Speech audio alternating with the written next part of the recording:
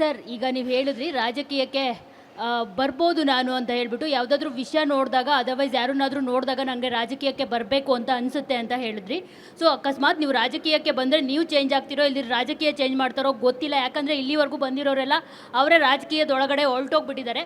So ನೀವೇನಾದರೂ ಬಂದರೆ ಇಂಥದ್ದೊಂದು ವಿಷಯದ ಮೇಲೆ ಒಂದು ನಟ್ಟು ಬೋಲ್ಟನ್ನ ಟೈಟ್ ಮಾಡ್ತೀನಿ ಅಂತಂದರೆ ಯಾವ ಒಂದು ವಿಷಯ ನೋಡಿದಾಗ ನಿಮಗೆ ನಾನು ರಾಜಕೀಯಕ್ಕೆ ಬರಬೇಕು ಅಂತ ಅನಿಸುತ್ತೆ ಸರ್? ಇವಾಗ ನೀವು ಹೇಳಿದ್ರಲ್ಲ ಹೋದವರೆಲ್ಲ ಚೇಂಜ್ ಆಗ್ತಾರಂತ, ಚೇಂಜ್ ಆಗದಿದ್ದಂಗೆ ನಾನು ಟೈಟ್ ಮಾಡ್ಕೋತೀನಿ ಫಸ್ಟ್. ಅದು ಬಿಟ್ಟು ಇನ್ನೊಂದು ನೀವು ಏನು ಹಿಂಟ್ ಕೊಡ್ತಾ ಇದ್ದೀರಿ ಅವಾಗಿಂದ ಡಿ ಕೆ ಸಾಹೇಬ್ರ ಬಗ್ಗೆ, ಹೌದೌದು ಅವ್ರ ಬಗ್ಗೆ ಹೇಳಿದ್ದು ನೀವು ನಟ್ಟು ಬೋಲ್ಟು ಅಂತ ಹೇಳಿದ್ರಿ. ಇನ್ಯಾರು ಹೇಳಿದ್ರು? ನಟ್ಟು ಬೋಲ್ಟ್ ಅಂದ್ರೆ ಅವರೊಬ್ಬರೇ ಬರೋದು ಪ್ರಸಿದ್ಧವಾಗಿ. ಸರ್ ಅಂತಂದ್ರೆ ನಾನು ಜಸ್ಟ್ ಆ ಒಂದು ವರ್ಡ್ನ ನೀವು ಕೇಳಿದ್ರೆ ಡೈರೆಕ್ಟಾಗಿ ಕೇಳು.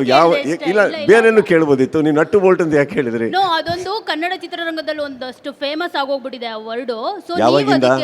ಅವರು ಹೇಳ್ದಾಗಿಂದ. ಯಾರು ಹೇಳ್ದಾಗಿಂದ? ಡಿ ಕೆ ಸಾಹೇಬ್ ಮತ್ತೆ ಅದೇ ಹೇಳ್ದಾಗಿಂದ ಫೇಮಸ್ ಆಗೋಗ್ಬಿಟ್ಟಿದೆ. ಸೊ ಅದಕ್ಕೆ ಇಲ್ಲಿ ಲಿಂಕ್ ಮಾಡಿ ಈ ತರದೊಂದು ಟಾಪಿಕ್ಗೆ ಆ ತರ ಫ್ರಾಂಕ್ ಆಗಿ ಹೇಳ್ತೀನಿ ಕೇಳಿ. ಡಿ ಕೆ ಸಾಹೇಬ್ರದ್ದು ಏನಿಲ್ಲ ಇದರಲ್ಲಿ ಎಲ್ಲ ಕಿತಾಪತಿ ಇರೋದು ಸಾಧು ಕೋಕಿಲ ಅವ್ರದ್ದು. ಓಕೆ, ಸಾಧು ಕೋಕಿಲ ಅವರು ಆಮೇಲೆ ಕೂತ್ಕೊಂಡು ಹೇಳ್ತಾರೆ ಎಲ್ಲರನ್ನೂ ಕರೆದ್ರೆ ನಾನು ಹೆಂಗೆ ಮೇಂಟೈನ್ ಮಾಡಲಿ, ಯಾರನ್ನ ಸೆಕ್ಯೂರಿಟಿ ಕೊಡಲಿ ಅಂತ. ಇದನ್ನ ಹೋಗಿ ಅವ್ರಿಗೆ ಹೇಳ್ಬೇಕು ತಾನೆ ಫಸ್ಟೇ.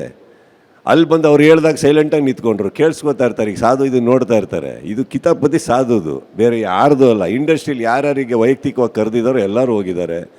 ಕರೆಯೋಕ್ಕಾಗದೇ ಇರೋರು ಯಾರು ಬರ್ತಾರೆ? ಬರೋಕ್ಕಾಗಿಲ್ಲ ಕೆಲವ್ರಿಗೆ.